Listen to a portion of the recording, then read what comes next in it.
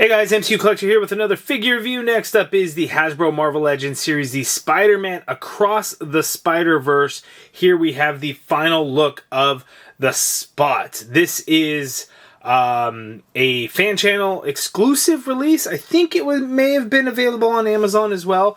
But it's essentially a repaint of the previous Spot figure that we had gotten in the first wave of figures for Spider-Man Across the Spider-Verse. This time we get him in translucent black plastic, and then he's got a little bit of a different deco going on there. He has the same accessory pieces that this one had come with, and then they just kind of added some paint in there. Now, I had seen some comments like, oh, it looks like a little preschooler scribbled on a little kid scribbled on a toddler. I'm like, did you guys not see the movie? Did it not look like that in the movie? Maybe I'm wrong. I mean, this is not a perfect representation of how the Spot looked in the final look on the last little bit towards the end of the movie and stuff. Or not even towards the end of the movie. It was like the middle of the movie, right? When we had Spider-Punk and Paviter. Like, I don't know. I think... what? No, it would have been at the end of the movie, right? Kind of towards the end of the movie. Anyway, I think it's a fairly good representation. I like that it's translucent black, which is kind of cool. The scribbles, to me, make sense because that's how it looked from what I can remember.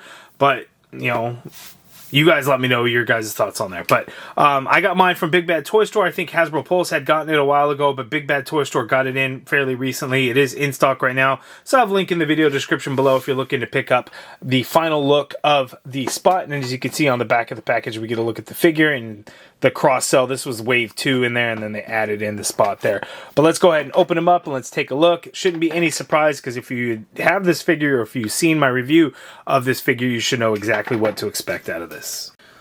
Okay, so I'm trying to kind of recreate kind of how the look of the Spot was in a couple of instances. So, like the middle of the movie or so, when they first go to Mountain, I forgot what it's called, but it's where Spider-Man India, Paviter Prabhakar, and, you know, Spider-Punk is introduced, Hobby Brown. In that scene, when the Spot, you know, uses the collider in that universe to absorb additional powers or whatever. So he kind of has this look in that moment. We don't get a real good look at him. And then towards the end of the movie, he also shows back up again in his home universe, 1610. And we don't get a real good look at him there again either. It's kind of real quick. But the thing about it is you can see that he is kind of see-through, where you have like some reds and greens that kind of shine through him a little bit. And then it's very like dark and blue kind of in the background. So I could see what they did here. Now, yes, you know, some of the scribbles on the figure, like if you look at it, the red and the green lines, it's like, is there something else that they could have done? I don't really know. They would have had to like do shading across the whole thing, maybe not do the translucent or do a very dark green.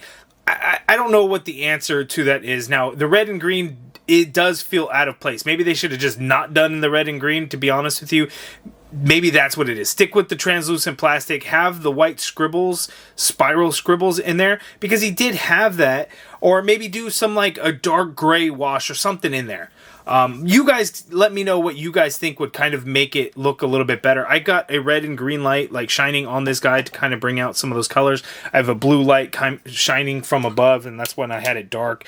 You know, I think it kind of gives that look a little bit of the Spot.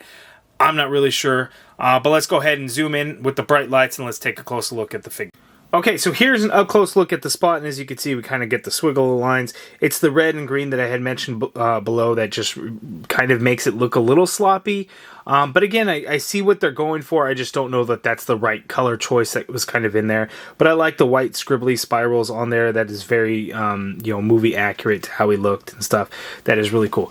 As you can see, the figure is translucent, so you can see like through it for the most part, like looking at it. And that's always cool when you have like translucent plastic.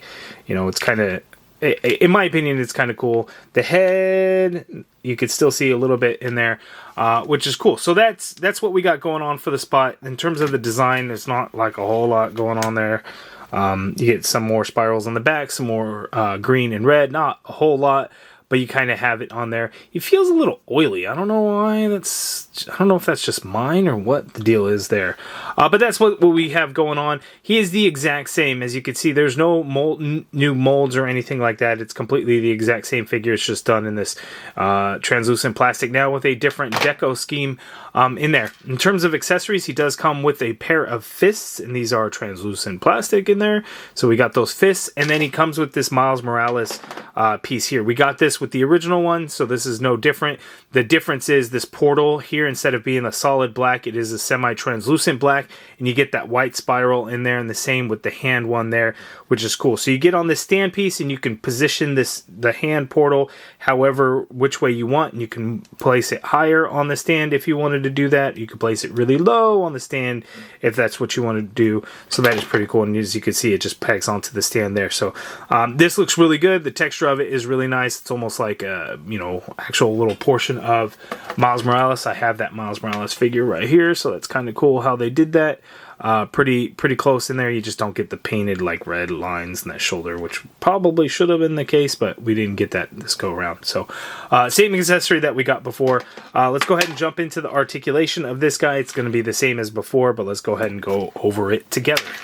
Okay, so the Spot's articulation, his head is on a disc hinge, so he can look up all the way, which is good. He can look all the way down as well. You get a full rotation on that head. Not really, you can get some pivot when you kind of swivel it in some ways, I guess. There's a little bit in there. The shoulder, you can get the shoulder to go straight on out like so. You get a full rotation in that shoulder. You got an upper bicep swivel in there. Double jointed pinless elbow gives you that much bend at the elbow. Wrists swivel, and they do hinge. Standard horizontal hinge on all four hands that we've got. We've got the diaphragm cut on here, so you can get the Spot to tilt to his left that much there.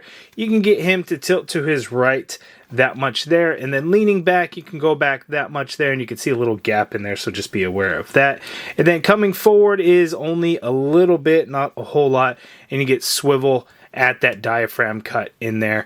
Legs go out that far apart. He can kick forward that far, so that is pretty good. The leg doesn't really go back at all. You get an upper thigh cut in there. Double jointed pinless knee gives you that much bend there. No boot swivel or calf swivel of any kind. You get a foot hinges down all the way. You get some solid hinge up, ankle pivot. Peg holes at the bottom of the feet closer to the toes because he's got pretty thin feet in there. So that is the articulation for the Spot. But in this final look, he really hasn't done anything yet. But we should see what he's capable of in Spider-Man Across the Spider-Verse whenever the heck that movie is going to be coming out. I think the latest delay news information now says 2029. For a couple of different reasons. They're choosing to rewrite the film for some reason. I have no idea why. They have a really good track record as the first two movies were really good. So if they had something going on already ready for the third movie, why they felt the need to change it, I don't really know. I don't understand. And then the whole, what's his name? Shameik Moore? Dude's weird, right? Like, what's her name? The actress that portrayed Liz Allen from Spider-Man Homecoming, she called him out and said, like, dude, you're weird. So, there's those kinds of things going on. So 2029 is what we're looking at for Spider-Man Beyond the Spider-Verse, which is a shame and unfortunate. Okay, so for some side-by-side comparisons here, we have the final look Spot and the Spot from, I guess, the early Spot, beginning of the movie Spot, first look Spot. There, and then he kind of had this final look as he was in I think it was Mumbattan, maybe that's what it was called, but when we first were introduced to Spider-Man India, Pavitra Prabhakar, and then I don't have the other Gwen. I got this Gwen out. This is, kind of that other scene Gwen. But we got our different Spider-Mans here, so what hobby there, and we'll throw Miles in there. So we have our different Spider-Mans in there, as you can see in comparison to the Spot. But again, we didn't really see this look of the Spot going up against Spider-Man, Miles, or Gwen, or the whole crew, really at all. We should see that in the next movie, whenever that may be. I think this figure, I don't know if this is something that they've always planned to do, or if it's because the sequel was pushed back and delayed, that they're like, oh man, you know, we should get some figures out. But it does make sense, as they did make the Wave 2. But the Wave 2 could have been also because the movie was going to be delayed. I mean, we get Spider-Man India this time around, which is cool. We got, you know, that other Hobby Brown, which was really cool to kind of get like a different color variation in there. So it makes sense to kind of get the final look, because technically he is the villain of the movie, even though Miguel was kind of a villain in the movie, but kind of not. Like, he was the antagonist, but not necessarily the villain, I guess you could say. So it makes sense to kind of get the spot in the final look. To me, it makes sense. You guys let me know what you guys think of that in the comments below. Okay, and then I'm going to leave you with the creepy close-up look at the spot in his final look. I actually kind of like it. The red and green, yeah, it does look a little like, you know, is that really the best way to kind of portray some of the color that we see in the movie? Probably not, but you guys give me your thoughts down in the comments below. Again, it's in stock, you know, at Big Bad Toy Store if you're looking to pick it up. I'll have a link in the video description below. But I'm still happy with it. I love to get movie figures, even, you know, the animated stuff. It's kind of my thing to kind of get like movie figures. So I'm pretty happy with it, but you guys give me your thoughts down in the comments below. If you guys like this video, please do me a favor, hit that thumbs up button. Subscribe if you haven't already done so. And as always, thank you for watching.